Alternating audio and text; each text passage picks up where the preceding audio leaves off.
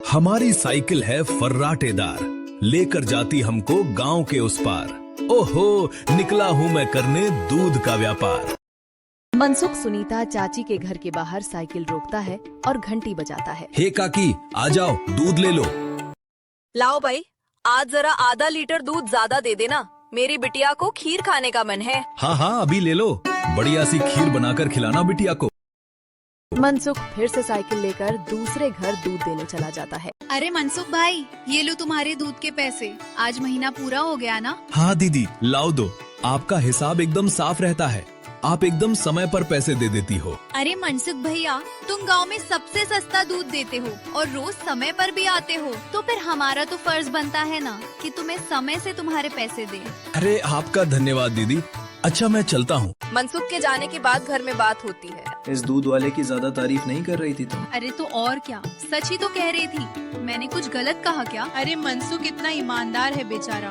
पहले हम शहर से पैकेट वाला दूध मंगाते थे, वो कितना महंगा पड़ता है और उसे लेने के लिए इतनी दूर दुकान तक जाना पड़ता था। बेचारा मनसुख तो घर तक दूध दे जाता है और पैसे भी शहर वाले दूध से कम लेता है। अरे बस बस भाग्यवान, और ना बताओ। मैं समझ गया कि मनसुख बहुत बेचारा और ईमानदार है। अब मुझे माफ करो और जरा एक कप चाय पिला दो। हाँ हाँ, अभी लाती हूँ। उधर मनसुख अपना सारा काम खत्म करके घर पहुंच जाता है। अरे आप आ गए, आज देरी हो गई। अरे पूछो मत, साइकिल का टायर रास्ते में पंचर हो गया था, उसे ठीक कराने में बहुत देर लग गई। ओहो, तो आप एक मोटर गाड़ी क्यों नहीं खरीद लेते? इस साइकिल पर काहे चलते हैं जब ये इतनी खटारा है तो? ताकि मैं भोला, सीधा और गरीब लग सकूं। क्या क्या मतलब? अरे अगर मैं मोटर गाड़ी से चलने लगा तो गांव वाले सोचेंगे नहीं कि इस गरीब दूध वाले के पास इतना पैसा आखिर आया कहां से। हाँ, कहाँ से क्या, दूध बेचकर और कैसे? मनसुख उठकर खड़ा होता है और सीधा अपने तबेले में जाता है, जहाँ मीना ने जानवरों का ताज़ा दूध निकाल कर रखा था। लेकिन सबको पता है कि सिर्फ दूध बेचकर कोई मोटर गाड़ी खरीदने के लायक नहीं हो जाता है। मनसुख ताज़ा दूध निकालकर उसमें अरारोट मिलाने लगता है। अरे रुकिए रुकिए, ये दूध तो हमारे इस्तेमाल का है, इसमें अरारोट क्यों मिला रहे हैं? अरे मूर्ख औरत, कितनी बार तुमसे कहा है कि हमारे इस्तेमाल का दूध अलग रखा करो।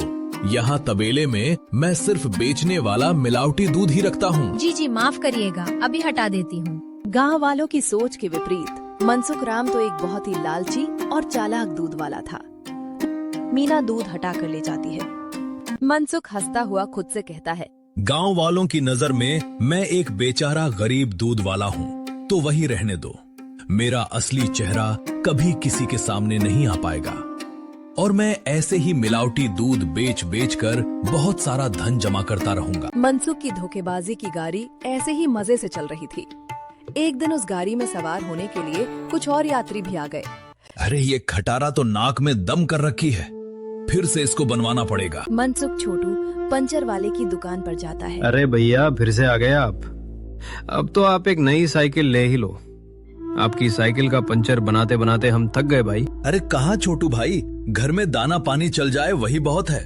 अब कहाँ नई साइकिल खरीदेंगे हम जैसे गरीब। छोटू साइकिल ठीक करने लगता है और मनसुख वहीं खड़ा रहता है। बगल में एक भजिया वाले की दुकान थी। अरे भैया, इसे ठीक करने में 15-20 मिनट लगेगा, आप कब तक खड़े रहेंगे? जाइए, सामने जाके भजिए वाले की दुकान पे बैठ जाइए ना। अच्छा ठीक है, जब काम हो जाए तो मुझे बुला लेना। मनसुख भजिया वाले के पास जाकर बैठता है। लाओ भैया, जरा एक प्लेट भुजिया खिलाओ। हाँ भैया, अभी लो। मनसुख के ठीक सामने दो आदमी बैठे हुए थे। दोनों कुछ विचित्र से दिख रहे थे, जैसे वसूली करने वाले गुंडे हों। मनसुख जरा संभल कर बैठ जाता है। अचानक से उनमें से एक आदमी को जोर से खांसी आने लगती है। अरे कैसी भजिया बनाई है तूने, नालायक। अरे रे, क्या हुआ भैया जी? अरे जल्दी पानी लाओ। अरे भैया, पानी तो खत्म हो गया है, मैं अभी कुएं से लेकर आता हूँ। तो क्या तब तक मैं खांसता ही रहूंगा? मनसुख जल्दी से उठकर अपनी साइकिल में लगे कैन से थोड़ा दूध लेकर आता है। लो भैया, इससे तुम्हें राहत मिलेगी। वो आदमी जल्दी से दूध पी लेता है और उसकी खांसी रुक जाती है। अब जाकर आराम मिला, तुम्हारा धन्यवाद। कोई बात नहीं भैया, इंसान ही इंसान के काम आता है ना। ये लो भैया आपकी भजिया। अच्छा, मैं भी पानी भर के लाता हूँ, कहीं किसी और को जरूरत पड़ी तो पहले से रहना चाहिए ना। भजिया वाला वहाँ से चला जाता है। जब भजिया वाला चला जाता है तो मनसुख को अकेला पाकर वो गुंडे जैसा दिखने वाला आदमी उससे कहता है, काफी शुद्ध दूध बेचते हो, क्या क्या मिलाया था दूध में? ये सुनकर मनसुख सकपका जाता है और भजिया उसके हाथ से गिर जाती है। क्या मतलब है तुम्हारा?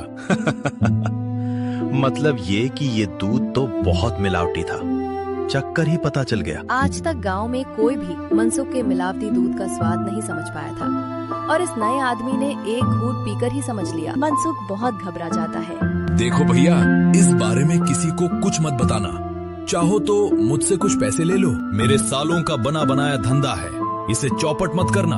अरे हम तुम्हारा धंधा चौपट करने नहीं आए हैं, बल्कि हम तो तुम्हारे धंधे में 4 चांद लगवा देंगे। क्या मतलब है तुम्हारा? देखो भाई, मिलावट तो तुम कर ही रहे हो, तो हम तुम्हें मिलावट से कुछ अलग करने को नहीं कहते। तुम बस अपने दूध में ये मिला देना। वो गुंडा मनसुख के हाथ में एक पाउडर की पुड़िया थमाता है। ये क्या चीज है भाई? नहीं नहीं, ये नशे वशे का व्यापार नहीं करता मैं, ये सब तुम अपने ही पास रखो। अच्छा, मतलब सिर्फ दूध में अरारोट मिलाने का व्यापार ही करते हो? चलो ठीक है, कोई बात नहीं। हमने सोचा था तुम भी 4 पैसे ज्यादा कमा लो, मगर ये तो अपना अपना भाग्य है। क्या? अरे मैं तो मजाक कर रहा था, मैं तैयार हूँ भाई।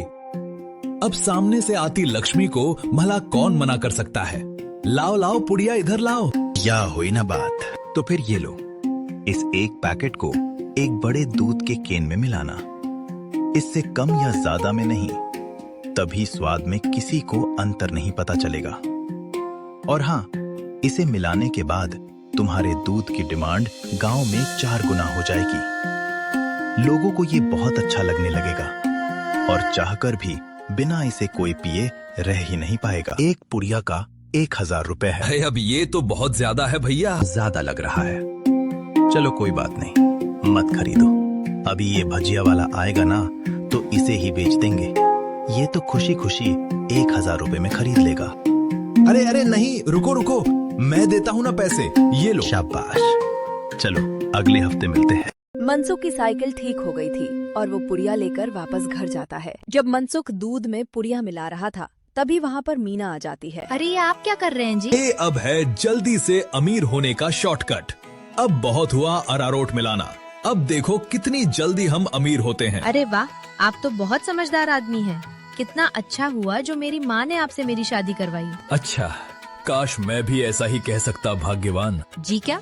मैं समझी नहीं। नहीं नहीं, कुछ नहीं। अच्छा ठीक है, मैं खाना बना रही हूँ, आप जल्दी से हाथ मुंह धोकर आ जाइए। एक हफ्ता बीत गया और मनसुख के दूध की डिमांड वाकई में बढ़ गई थी।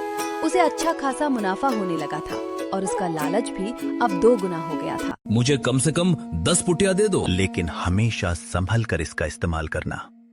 कुछ भी हो जाए, हमने जितना बोला है उससे ज्यादा पाउडर मत मिलाना दूध में, वरना लेने को देने पड़ सकते हैं। हाँ हाँ, मैं ध्यान रखूंगा। मनसुख रोज की तरह सुनीता काकी के घर में दूध देने जाता है और आवाज लगाता है, हे काकी, आ जाओ, दूध ले लो। मनसुख के आवाज लगाने पर अंदर से सुनीता काकी की जगह एक जवान लड़का आता है। लाओ भैया, दूध मुझे दे दो। अरे आप कौन हैं? आपको पहले तो कभी गांव में नहीं देखा। अरे मनसुख, ये मेरा भतीजा है, अपने पिताजी के साथ यहाँ कुछ दिनों के लिए छुट्टी पर आया है। अच्छा, छुट्टी पर? अब शहर में क्या नौकरी करते हो भैया? पुलिस में हूँ। पुलिस का नाम सुनते ही मनसुख घबरा जाता है और उसके हाथ से बर्तन छूट जाता है। सारा दूध नीचे गिर जाता है। अरे अरे, ये क्या हो गया? ये दूध कैसे गिर गया? वो गलती से हाथ से बर्तन फिसल गया था काकी। कोई बात नहीं, दूसरा दूध दे दो। वो, अरे नहीं, आज तो दूध खत्म हो गया है काकी, मैं कल आता हूँ ना। अच्छा, अब मैं चलता हूँ। इतना कहकर मनसुख जल्दी से वहाँ से भाग जाता है। मनोज और सुनीता दोनों को मनसुख की ये हरकत बहुत अजीब लगती है। इसे क्या हो गया? इसने ऐसा तो पहले कभी नहीं किया। होगी जरूर कोई बात। खैर चलिए अंदर चलते हैं। उधर मनसुख रास्ते में खुद से बात करता है। आज तो बाल बाल बचा, कहीं उस पुलिस वाले को सच का पता चल जाता तो बाकी की जिंदगी जेल के अंदर काटनी पड़ती। मनसुख घर पहुँचता है। अरे क्या हुआ जी, आप ऐसे हाफ क्यों रहे हैं? फिर से कुत्तों ने दौड़ा दिया था क्या? अरे चुप करो तुम, तुम्हारे ही बोलने की कमी है इस वक्त। जाओ यहाँ से, मेरे सर में। क्या आप भी? मैं जब भी बोलती हूँ पता नहीं कैसे आपके सिर में दर्द होने लग जाता है। ओफो, तुम्हारे सामने आकर बैठना ही पाप है। मैं जा रहा हूँ यहाँ से। मनसुख गुस्से में घर से बाहर जाने लगता है और तभी वो देखता है कि सामने से मनोज चला आ रहा है। अरे दादा रे, ये वापस यहाँ क्यों आ रहा है? मनसुख जल्दी से वापस घर के अंदर भाग जाता है। देखा, नहीं रह पाए ना मेरे बिना। अरे चुप करो तुम, जब देखो तब बकवास। क्या मैं अंदर आ सकता हूँ? जी आप यहाँ आइए आइए। हाँ, वो दूध गिर गया था ना, तो बुआ जी ने कहा कि आपके घर आकर दूध ले जाऊं। बड़ा विश्वास है उन्हें आप पर। मैंने कहा कि पास की किसी दुकान से जाकर दूध ले आऊं, लेकिन उन्होंने कहा कि मनसुख भाई के वहां से ही दूध लेकर आओ। अरे ऐसी बात है क्या? ये तो काकी का बड़प्पन है, वरना मैं तो बस मामूली सा दूध वाला हूँ। अच्छा, ऐसा लगता तो नहीं है। गांव में तो आपके बहुत चर्चे हैं। मैंने तो आज तक किसी आम दूध वाले का इतना नाम नहीं देखा है। मनसुख थोड़ा घबराता है और फिर मीना से कहता है, इन्हें चायवा पिलाओ, मैं इनके लिए दूध लेकर आता हूँ। ये शहर से आए हैं, बहुत बड़े पुलिस वाले हैं। अरे वाह, आप बैठिए, मैं अभी आपके लिए चाय लेकर आती हूँ। मनसुख तबेले में जाकर शुद्ध दूध निकालता है। अरे अब मैं क्या करूँ? इसे मिलावटी दूध कैसे दूं? और अगर एकदम शुद्ध दूध दिया तो फिर सुनीता काकी को स्वाद अलग लगेगा।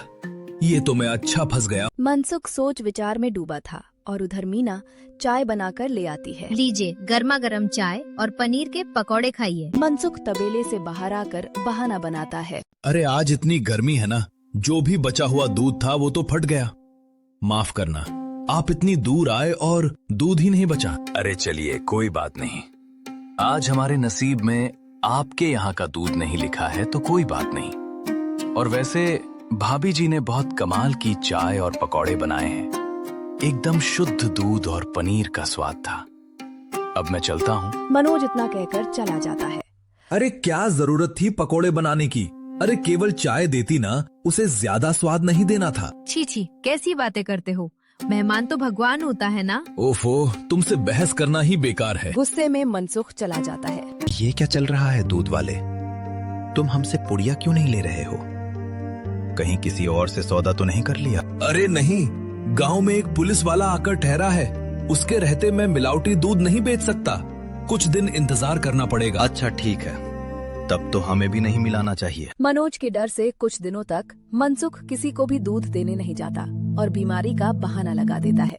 इसी तरह मनसुख और गुंडों का काम कुछ दिन तक ठप रहता है। एक दिन अचानक से मनसुख देखता है कि मनोज सवेरे ही बैग लेकर स्टेशन की तरफ जा रहा था। अरे आप वापस जा रहे हैं? हाँ भाई, मेरी आज शहर की वापसी की ट्रेन है। अगली बार आऊंगा तो अपनी तबीयत बढ़िया रखना, तब तुम्हारे घर का शुद्ध दूध और पनीर जरूर खाऊंगा। इतना कहकर मनोज चला गया और मनसुख खुशी से तबेले में गया। चलो बला टली, अब फिर से काम पर लगता हूँ। मीना पहले से ही खड़ी दूध में पुड़िया वाला पाउडर मिला रही थी। अरे ये क्या चल रहा है? वो मैंने सोचा आप बहुत दिनों से काम पर नहीं गए हैं, तो आज आपसे कहूँगी काम पर जाने को। और ये पाउडर यहीं रखा था, तो मैंने सोचा मैं ही मिला दूं। मनसुख ने देखा कि मीना के हाथ में एक पुड़िया थी। अरे तुम अपने काम से काम रखा करो, ज्यादा मेरे काम में अपनी नाक मत घुसाया करो। हटो अब। मनसुख दूध की कैन लेकर चला जाता है। मीना चिढ़ते हुए जमीन पर पड़ी 4 और पुड़िया उठाते हुए खुद से कहती है, जब देखो तब चिल्लाते रहते हैं, इनका काम आसान करने पर भी चिल्लाते हैं। 5 पुड़िया दूध में डाल दी तो इन्हें तो आसानी हुई ना, कभी समझते ही नहीं। मनसुख दूध सारे गांव में बांटकर घर आ गया। उफ, इतने दिनों बाद आज काम किया, मैं तो बड़ा थक गया। जैसे ही मनसुख सुस्ताने बैठा, उसके कॉलर पर मनोज ने हाथ रखा। मनोज को देखकर मनसुख के होश ही उड़ गए। तुम यहाँ? अरे दूध वाले, नशे का तो ठीक है, मगर इतना नशा कौन मिलाता है दूध में कि पहली घूंट में ही आदमी का सर चकरा जाए? क्या? ये क्या बकवास है? मैं नहीं जानता। सब तुम क्या कह रहे हो? और तुम्हारी तो ट्रेन थी ना? जी हाँ, मगर मेरी ट्रेन कैंसिल हो गई है और आपकी ट्रेन का समय हो गया है। चलिए, अब आपकी ट्रेन सीधा हवालात में जाकर रुकेगी और रास्ते में आपके साथियों को भी सवार कर लेंगे। मतलब मैं जैसे ही घर वापस गया, बुआ जी ने मुझे एक गिलास दूध दिया। दूध पीते ही पता चला कि उसमें कितना नशा था और मेरे जाते ही तुम्हारी तबीयत एकदम ठीक हो गई। बस मैं समझ गया कि क्या हेरा फेरी कर रहे हो तुम। नहीं नहीं, कोई हेरा फेरी नहीं है, मैंने कुछ नहीं किया। जरूर किसी ने मुझे फंसाया हो। मनोज घसीटकर मनसुख को थाने ले गया और पूरे गांव को लालची चालाक दूध वाले का असली चेहरा दिख गया। मनसुख के साथ साथ उसके साथी भी पकड़े गए।